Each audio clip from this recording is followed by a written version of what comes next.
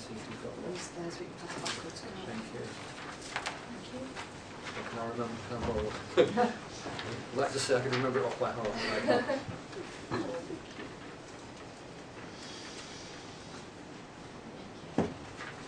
The reason I'm giving you this because it might be helpful as well. If we look at, in a second, we can look at the back. It talks about criteria and stuff. So it's quite a nice little document. It gives you an idea of why we do it, how we do it. But these are on the table every time we attend the conference. And we should be following this as an agenda.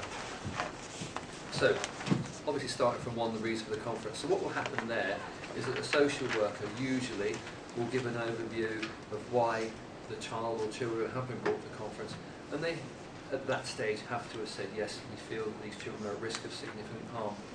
It's unusual for a conference to be brought because let's see, let's try and find out, we think. We don't encourage that because we feel that the work should be done before that, so that if you're coming to conference, you have significant concerns, and it's likely that you'll be looking for a child protection plan. That's how it is. It shouldn't be let's find out a bit, if that makes sense, okay? So what will happen, give an overview. The social worker will then obviously give a brief overview of the concerns that have brought the case to conference.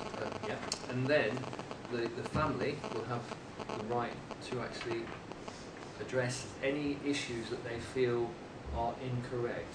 It's not an arena for areas that they disagree with. Now, we also make that quite clear. So it's inaccuracies. It's, for example, last Tuesday you were seen. Well, no, it was Wednesday. Those sort of things. It's not about I don't agree with what has happened. There isn't an arena, there isn't a space in the conference for that process. Okay. What we do then, we talk about the children, as you're probably aware. We talk about, first of all, their education. So we have school there, and they'll give us an overview of how the child is doing at school. And I suppose, again, in relation to domestic abuse, we're looking for indicators as well, perhaps, from school. I mean, and we all know that children vary differently in their presentation, depending upon, one, the level of exposure they've had to domestic abuse, but of course the resilience as well. But we have to go with the research evidence that even if they're presenting as happy, no problems, there is still the risk that this has had some impact. And I think that's important. So, you know, sometimes we'll have conferences where we'll have a perfect school report, perfect attendance, etc., health, no concerns, and then people think, well, why are we here? But we have to accept and go that research does tell us that regardless, it will have some impact. I think that's important. So if there's obviously more than one child, we talk about education and health for each child. And then section 6, I'm quite proud of this because I brought that in last year, the year before. And believe it or not, that wasn't on the agenda until then. I did a piece of work on the voice of the child some while ago, and I thought it was so important to be a section in the conference for them to say how they're feeling. If we've got time, I'll talk about children's involvement if we have time to do that. So it is simply that. So we're looking for it in a social worker's report. We're looking at it from professionals who attended the conference. What does a child think about it? Have they made any direct comments? And we're looking at real quotes. We're not looking at, I think that Mary likes this. They've been told they do. Those sort of comments. It has to be real, tangible stuff. Okay. And then we talk to the parents, and we ask them basically about their own health, mental health issues, drug use, alcohol use, anything that we feel might have an impact on their parenting. But being very clear that it's not a core assessment. We're just getting a brief overview. For example, if the parents are working with addiction, we clearly have an action there, and they'll be given an overview as well. Then we talk about the environment. So that'll be about family members that might be available to offer support, but it also goes as far as the housing. Is it adequate? Is there a likelihood of being repossessed? Because all these things are factors which might increase the risk. Once we've done that, and everybody's had a say, and all the professionals have given their reports, it's then my job to just remind everybody the probably 2 or 3 main reasons why we're here. So it is domestic abuse, if it's alcohol, if it's drug misuse, then those are the things that we focus on. Then my job is to do an overview of the risk and protective factors. And it is as simple as that. So I will look at what we've heard, and I will say, for example, there have been 3 incidents of domestic violence, domestic abuse, in the last 3 months. The children have been present during 2 of those. If this were to continue, this is going to have a direct result of the children's emotional and well-being. That's a risk factor. It may well be that mum or dad is drug dependent and is using illicit drugs to top up their prescription drugs. Then again, that would be considered as a risk factor. What we don't do these days is produce a list of all the things that are going wrong. What we have to do is identify the primary factors, because if we're going to have a child protection plan, those are the things we have to address.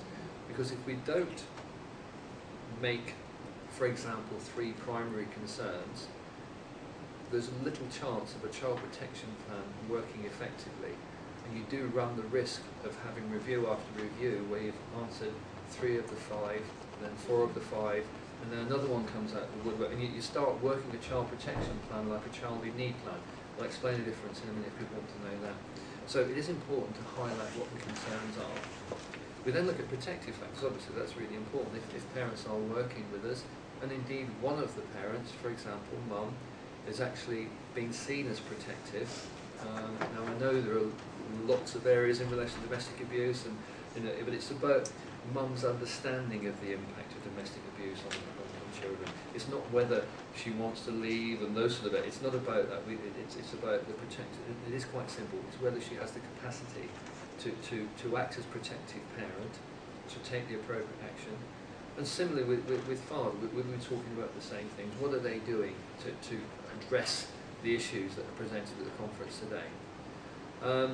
And something like, mum has started to attend Freedom Project. Those are protective factors. We see them. He's engaging. He's starting to recognise. Whether or not she wishes to leave dad or not, that's a thorny issue, and we don't get involved in that because we all know about the research on that and how long it takes. So we have to focus on the children particularly. Okay, if we feel after doing that risk and I've missed a chunk out.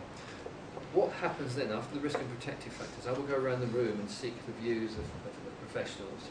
So I will simply say, you've heard the risk and protective factors. Do you consider this child to be at risk of significant harm? What I tend to do is draw them to the back of the agenda. So if you look at the second emboldened sentence, is the child at continued risk of significant harm?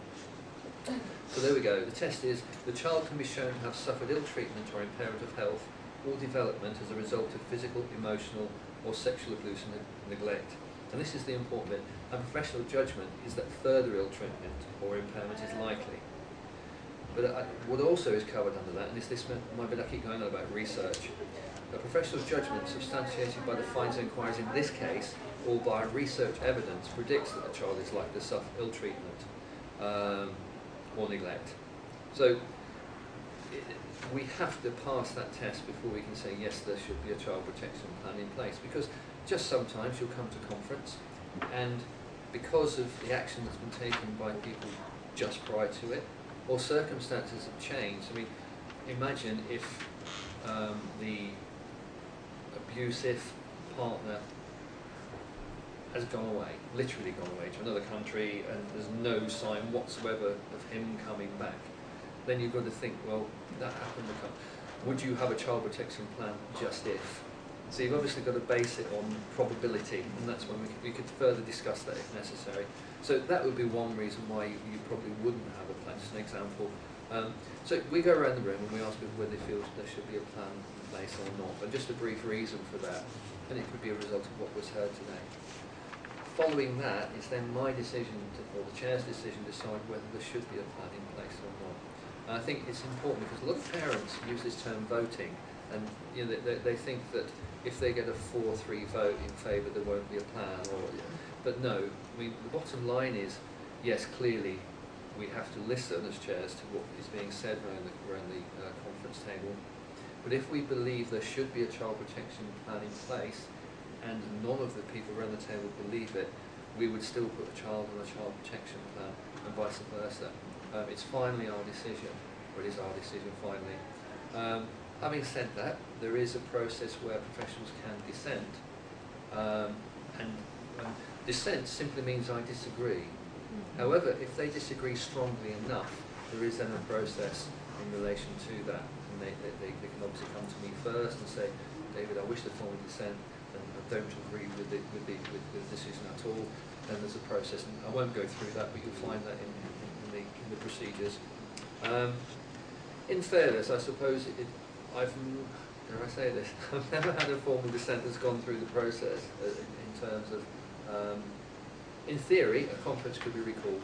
In theory, it could be, and it could be recalled with a different chair. It could get to that level, just to sort of give you some information. But I would like to think that the judgments that we make are based on the best interests of the child, and clearly we do have to listen to our fellow professionals as well. But sometimes it is a fine balance, and sometimes you can have a discussion. So if we have a split decision, for want of better terminology, I'm quite happy then to have a discussion about that, and we'll talk about what we really think, what would it take to change, or that sort of stuff. At the end of the day, it's about the safety of the children. So following that discussion, we then decide if there's going to be a child protection plan. The plan itself, at an initial conference, that's the first conference, is always an outline plan. So it's basics. So we might suggest that the local authority seek an appropriate resource to address the issues in relation to domestic abuse brought to conference. That might be very easy because some of us will know what is out there. So you might want to be tempted to say, well, Mum will attend the Freedom Project. It's for the core group to decide who is going to be providing the appropriate services. We as chairs make the outline plan. Yeah, so it's basics. And we have to think about what do we need to put in place now to get us through to core group to make these children safe. So there might even need to be a legal involvement. If we feel the risks are so high that these parents or these children are not safe, we might consider talking to the local authority and say, right, you need to have a legal planning meeting now. So it can be at that level. Following the outline plan, we then talk about a core group. Now the core group is simply the people that are going to be working that plan. And clearly they're usually people around the table who are involved, health, school, and the parents. And I always make a big point of telling the parents that they're part of this core group and they're part of working this plan. It's the working together stuff, isn't it? And I think sometimes we may be at risk of alienating the parents in the process because it's not very nice stuff to hear, and then suddenly we say, right, here's the plan, and this is what we're going to do. So we need to involve them in that process. That has to be within 10 days of the initial conference. We have to have a core group. Then the core group then expands on the outline plan to make it into a detailed plan. And that's who does what, when we do it, and what the timescales are likely to be. Sorry, David. No, you're okay. You're fine.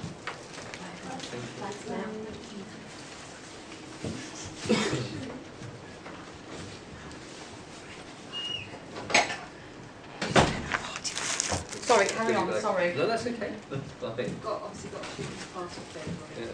Well, I hope there's one for me. Is it normal to have this sort of stuff on the table? Okay, thank you. So, yeah. So we've got to the core group, and as I say, they then have the responsibility of saying who does what, when, why, and what the timescales are. Following the initial conference, there will be a review child protection conference, and that is always within 3 months of the initial conference. That's the timescale that West Sussex set. It is Pan Sussex actually. And the idea of that then is to come back and see where we've got to.